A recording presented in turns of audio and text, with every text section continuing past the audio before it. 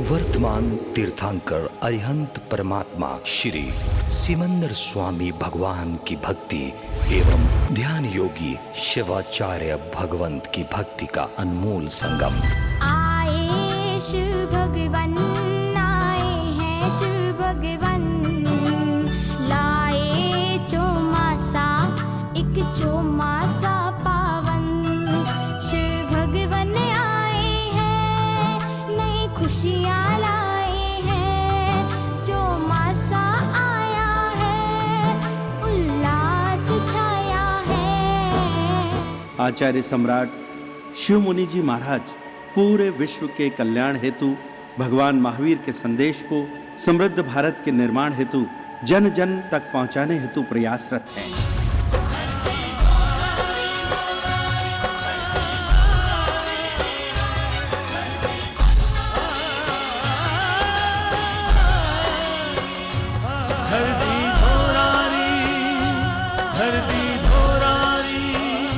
भगवान महावीर कहते हैं कि यदि गर्भवती स्त्री है उसको तप नहीं करना चाहिए, उपवास नहीं करना चाहिए। भगवान ने भी छूट दे दी तप करने के लिए, तप ना करे और बड़े योगासन ऐसा ना करे, क्योंकि बच्चे को भोजन देना बहुत ज़रूरी है। माँ जो चाहेगी बच्चा वही करेगा। तो 9 महीने का जो समय है वो माँ के लिए एक बहुत तपस्या का समय है। हर समय हर क्षण वो क्या करे, चिंतन करे, मनन करे, विचार करे कि मुझे कैसे पुत्र को जन्म देना है। मेरा पुत्र शूरवीर होना चाहिए, धर्मवीर होना चाहिए, दानवीर होना चाहिए और जो कुल को, पूरे कुल को रोशन कर दे ऐसा होना चाहिए। माँ जैसा चिंतन करेगी बच्चा वैसा वैसा होता चला जाएगा। चिंतन मनन का बहुत गहरा इफेक्ट होता है। एक माँ एक साइकियाट्रिस्ट के मनोवैज्ञानिक के पास लेके गई अपने बच्चे को, कि कहा कि बच्चे को मैं संस्कार देना चाहती हूँ। वो मनोवैज्ञानिक बहुत धार्मिक था। उसने कहा, बहन बेटे की उम्र कितनी है? उस बहन ने कहा 5 वर्ष। उसने कहा नहीं, अब मैं कोई संस्कार दे नहीं सकता। 80% तो जो ले लिया इसने ले लिया, अब मैं कुछ नहीं दे सकता। बच्चे 4-5 वर्ष में 80% जो पूरे जीवन में सीखना होता है वो सीख लेते हैं। इसलिए माता पिता को बहुत सावधानी से बच्चों को संस्कार देने चाहिए और बच्चों को कहना चाहिए, उसको धर्म की शिक्षा देना चाहिए, उसको नवकार मंत्र का अर्थ समझाना चाहिए, उसको 24 तीर्थंकरों के बारे में परिचय देना चाहिए। भगवान ऋषभदेव कैसे, भगवान महावीर कैसे, भगवान पार्श्वनाथ, भगवान शांतिनाथ। गर्भ में आने से शांतिनाथ भगवान गर्भ में आते हैं और चारों ओर शांति छा जाती है, जल छिड़कते हैं शांति हो जाती है। पहले जन्म में उन्होंने ऐसे तप किया था। भगवान महावीर गर्भ में आते हैं तो चारों ओर वृद्धि होने लग जाती है। किसका प्रभाव है? श्रेनिक, जब कौनिक चेलना, श्रेनिक की रानी चेलना, जब बेटा कौनिक गर्भ में आता है तो माँ को सपन आता है, दोहद जिसे दोहद कहते हैं। हर माँ को आता है। किसी को आता है मिट्टी खाने का मन करता है, किसी को इमली खाने का मन करता है, किसी को चटपटी खाने का मन करता है, किसी को मिठाई खाने का मन करता है। जो उसकी अपनी इच्छा नहीं होती, वो अंदर बच्चे की जीव की इच्छा होती है। चेलना रानी को दोहद आया कि मैं अपने पति के कलेजे को काट करके मांस खाऊं। ये शास्त्र में जिक्र है, बोलो है कि नहीं? पढ़ा कि नहीं पढ़ा? ये क्यों आया? चेलना ने सोचा ये जीव कोई अधर्म है, क्या कर। अब वो सूखती जा रही है। जब उसकी इच्छा पूरी नहीं होती तो वो बहुत दुखी होती है, क्योंकि जीव अंदर से चाहता है। आखिर राजा ने पूछा क्या बात है? उसने संकोचते हुए कहा कि ऐसा मुझे विचार आता है कि मुझे ऐसा सोचना नहीं चाहिए, पति के कलेजे का मांस कुछ सुन सकता है? तो रानी ने कहा, राजा ने फिर भी करुणा से अभय कुमार को बोला। अभय कुमार ने युक्ति सुझाई, कुछ इस ढंग से परिचय किया, इस ढंग से बात की। तो वही कोने जब वो बड़ा होता है तो रानी उसको कहाँ फेंक देती है? रूढ़ी में फेंक देती है कि ऐसा बेटा जन्मते ही पति का कलेजे का मांस खाता, आगे क्या खाएगा। तो पता लगा श्रेणी को कि बेटा कहाँ है। रानी ने बता दिया, वो तो मैंने फेंक दिया।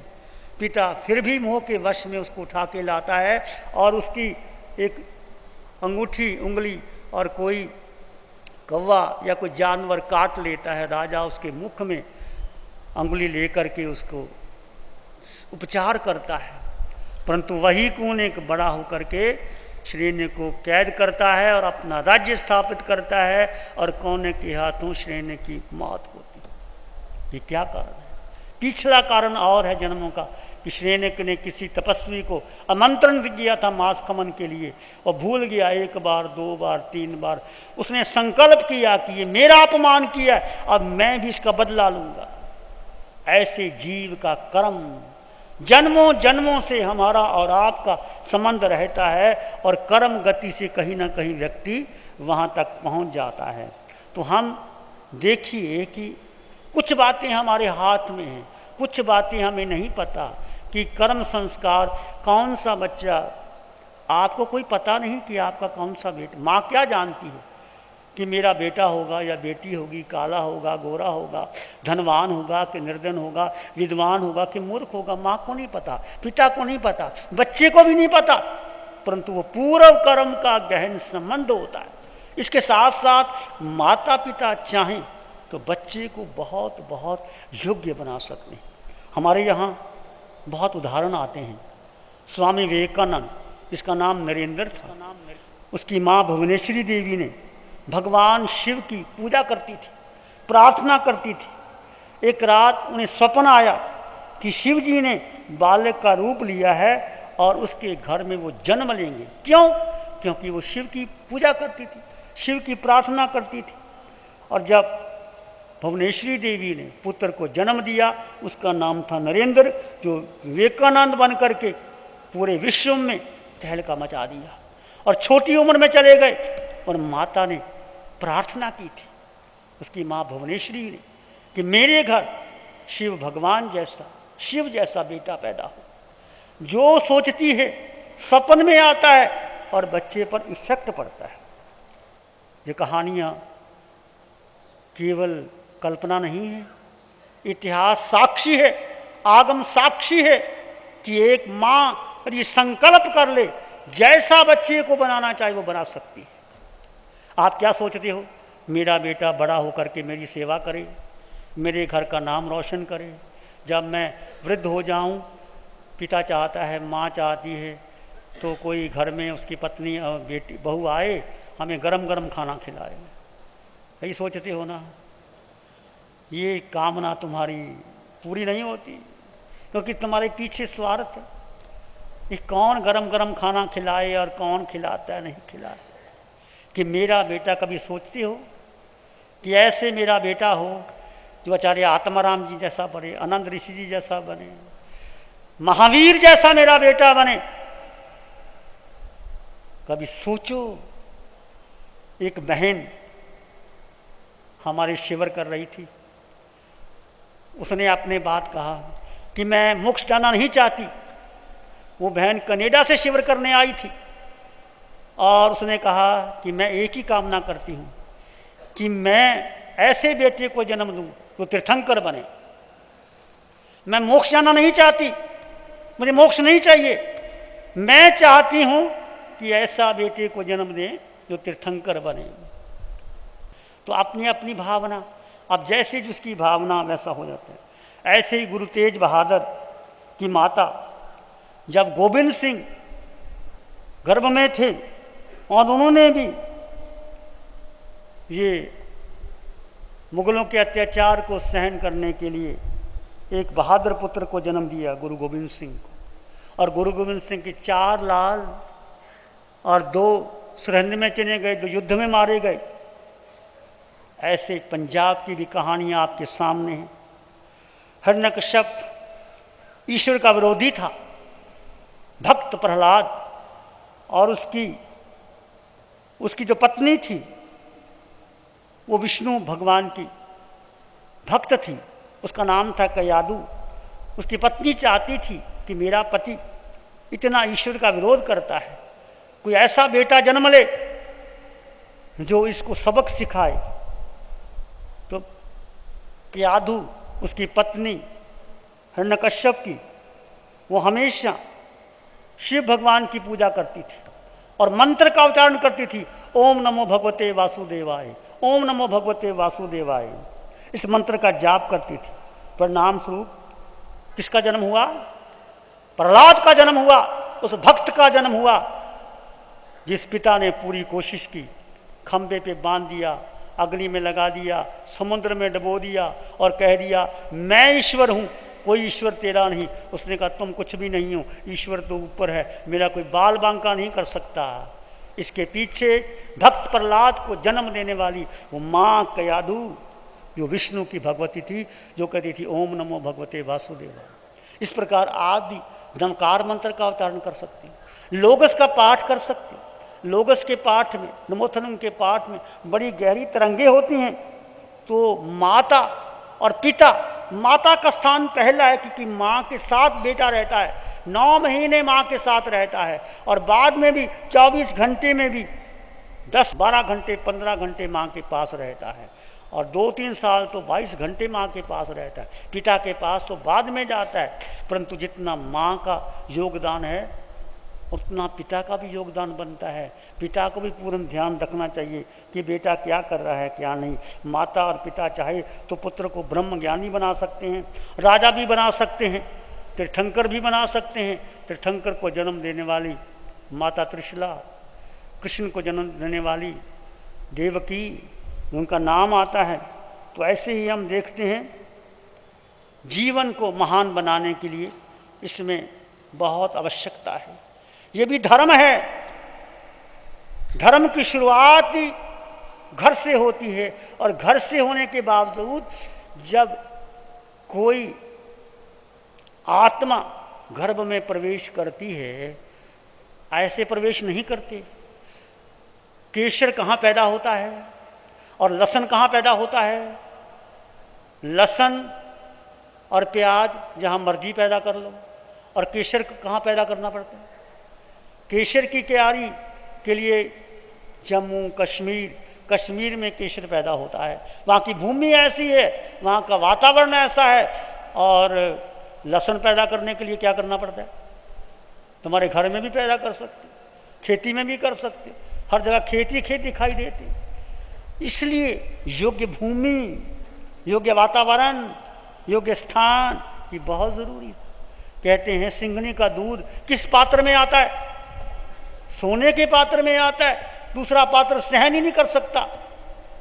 इसलिए बार बार कहा जाता है जननी जाने तो भक्त जन यादा ताया शूर।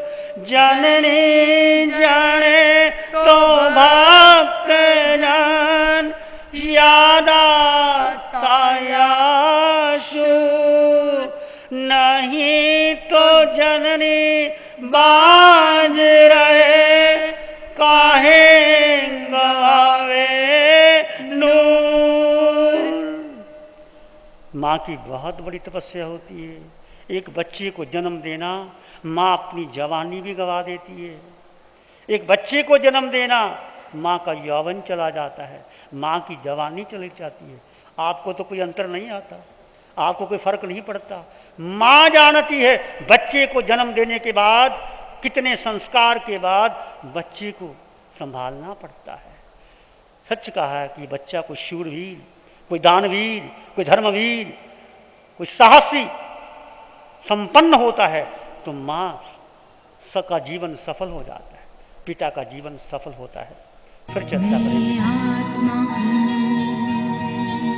आंखें बंद, मन वचन काया शांत, शरीर शांत, विचार शांत, सृष्टि शांत, वातावरण शांत, हर दिशा हर किनारा शांत शांत शांत। सिर के सिरे से पांव के अंगूठे तक अपने भीतर शुद्ध चेतना का एहसास कीजिए। तुम केवल आत्मा हो। चित्त हमारा शुद्ध हो, सद्गुण से भर जाए, सेवा करुणा प्यारे ही मन मानस लहराए। सबका भला हो, सबका मंगल हो, सबका शुभ हो। इसी में एक लंबा गहरा श्वास लें। अरिहंत परमात्मा के चरणों में अनंत कृतज्ञता ज्ञापित करें। दोनों हाथों को आंखों में ले जाएं। हल्का सा स्पर्श, धीरे से आंखें खोल सकते हैं। नमो अरिहंतानंग। आज के प्रत्या ज्ञान। नमो अरिहंतानंग, नमो सिद्धानंग, नमो आयर्यानंग, नमो वज्रायणंग, नमो लोहे सब सावनंग, धम्मो मंगल मुखिठम, अहिंसा संयमो तवो देवा वित्तंग, नमं संति जस धम्मे से आमनो, चैता भारंग वासंग चकवट्टी महडियो संति संति कर लो पत्तो गई मानोत्तरम। श्री चत्तारी मंगलम, अरहंता मंगलम, सिद्धा मंगलम, साहु मंगलम, केवली पाणत्तो धम्मो मंगलम। चत्तारी लोग उत्तम, अरहंता लोग उत्तम, सिद्धा लोग उत्तम, साहु लोग उत्तम, केवली पाणत्तो धम्मो लोग उत्तम। चत्तारी शरणं पवज्जामि, अरहन्ते शरणं पवज्जामि, सिद्धे शरणं पवज्जामि, साहु शरणं पवज्जामि, केवली प्रणतां धम्मं शरणं पवज्जामि। चार